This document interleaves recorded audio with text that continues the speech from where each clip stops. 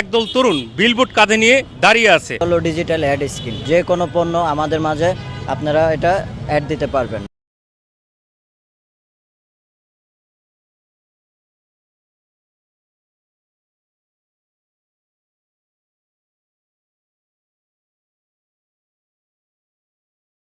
তো আমরা তখন দেখলাম যে আমাদের রিসার্চ টিম দিয়ে যে এরকম ডাইনামিক কি অ্যাডভার্টাইজমেন্ট কোনো সলিউশন দেওয়া যায় কিনা। ওখান আমাদের হচ্ছে কি 15 থেকে 20 জন আছেন। তো তারা আপনার মোটামুটি শুরু করেছে গুলশানে 1 থেকে 2, বনানী, এখন ধান, পাশাপাশি আমরাও একটা কর্মসংস্থান তৈরি করতে পারবো।